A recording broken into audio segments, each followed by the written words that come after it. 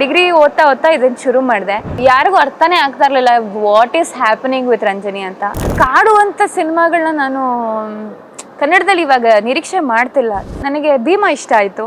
ಕಾಡು ಸಿನಿಮಾಗಳು ಅಂಥದ್ದೇನು ನೋಡಲಿಲ್ಲ ನಾನು ಇತ್ತೀಚೆಗೆ. ಇಲ್ಲ, ಕಮರ್ಷಿಯಲ್ ಆಗಿ ಕಲ್ತ್ಕೊಂಡು ಮಾಡಬೇಕು ಅಂತ ಇದೆ.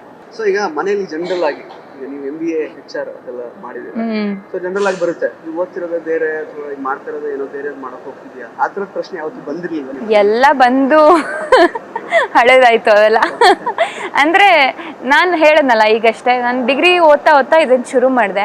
ಏನು ಮಾಡ್ತಾಳೆ ಇವಳು, ಇಷ್ಟೊತ್ತಿಗೆ ರಾತ್ರಿ ಬರ್ತಾಳೆ, ನಾಟಕಕ್ಕೆಲ್ಲ ಹೋಗ್ಬಿಡ್ತಾ ಇದ್ದೆ ನಾನು.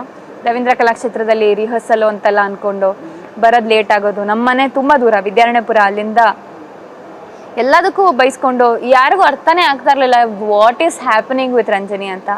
ಏನು ಸ್ಟಡೀಸ್ ಕಂಪ್ಲೀಟ್ ಮಾಡಲ್ವಾ, ಬಿಟ್ಬಿಡ್ತಾಳ ಅಂದರೆ ಈ ಫೀಲ್ಡ್ ಅಂದರೆ ಅವಾಗ ತುಂಬ, ಇವಾಗ ಅಟ್ಲೀಸ್ಟ್ ಸೋಷಿಯಲ್ ಮೀಡಿಯಾ ಎಲ್ಲ ಇರೋದ್ರಿಂದ ಸ್ವಲ್ಪ ನೀಟಾಗಿ ಗೊತ್ತಾಗ್ತಾ ಇದೆ. ನಾನು ಡೈರೆಕ್ಟ್ ಆಡಿಷನ್ ಅವಾಗೆಲ್ಲ ಸೋಷಿಯಲ್ ಮೀಡಿಯಾ ಅಷ್ಟೇನು ಇರಲಿಲ್ಲ, ಬರೀ ಒಂದು ಫೋಟೋ ಹಾಕ್ತಾಯಿದ್ವಿ ಅಷ್ಟೇ ಫೇಸ್ಬುಕ್ ಅಂದರೆ. ಸೊ ಅವಾಗೆಲ್ಲ ಹೆದರೋರು. ನಮ್ಮ ಮನೆಯವ್ರಿಗೆ ಒಂದು ಕಾನ್ಫಿಡೆನ್ಸ್ ಕೊಡೋಕ್ಕೋಸ್ಕರ ಮತ್ತು ನನಗೂ ಒಂದು ಬ್ಯಾಕಪ್ ಇರಲಿ ಅಂತ ನಾನು ಪೋಸ್ಟ್ ಗ್ರ್ಯಾಜುಯೇಷನ್ ಓದಿದೆ. ಬಟ್ ಅದೊಂದು ಸರ್ಟಿಫಿಕೇಟ್ ಅಷ್ಟೇ ನಾನು ವಾರ್ಡ್ರೋಬಲ್ ಇವಾಗ. ಬಟ್ ಮೇ ಬಿ ಅದು ಏನಾದರೂ ಒಂದು ಅದ್ರ ನಾಲೆಜ್ ಅಂತೂ ಇರುತ್ತೆ.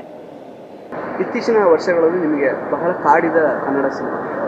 ಆ್ಯಕ್ಚುಲಿ ಕಾಡುವಂಥ ಸಿನಿಮಾಗಳನ್ನ ನಾನು ಕನ್ನಡದಲ್ಲಿ ಇವಾಗ ನಿರೀಕ್ಷೆ ಮಾಡ್ತಿಲ್ಲ. ಜನಪ್ರಿಯ ಸಿನಿಮಾಗಳು ಬೇಕು ನಮಗೆ ಅಂತ ಕಾಣುತ್ತೆ. ನನಗೆ ಭೀಮಾ ಇಷ್ಟ ಆಯಿತು.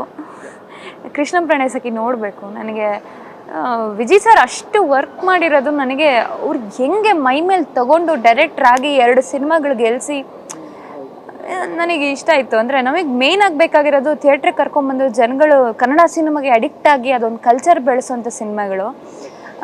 ಫೆಸ್ಟಿವಲೆಲ್ಲ ಕಾಡೋ ಸಿನಿಮಾಗಳು ಬರ್ತಾ ಇರುತ್ತೆ. ಐ ಥಿಂಕ್ ನಮ್ಗೆ ಜಾಸ್ತಿ ಜನಪ್ರಿಯ ಸಿನಿಮಾಗಳ ಅಗತ್ಯ ಇದೆ ಅಂತ ಕಾಣುತ್ತೆ. ಕಾಡೋ ಸಿನಿಮಾಗಳು ಅಂಥದ್ದೇನು ನೋಡಲಿಲ್ಲ ನಾನು ಇತ್ತೀಚೆಗೆ. ನೀವು ಮಾಡೋ ಪ್ಲಾನ್ ಇದೆಯಾ?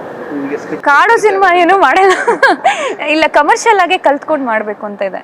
ಅಂದರೆ ಬಂದು ಎಂಜಾಯ್ ಮಾಡ್ಕೊಂಡು ಹೋಗಬೇಕು, ಸಿನಿಮ್ಯಾಟಿಕ್ ಎಕ್ಸ್ಪೀರಿಯನ್ಸ್ ಟ್ರೈ ಮಾಡಬೇಕು ಅಂತ ಇದೆ.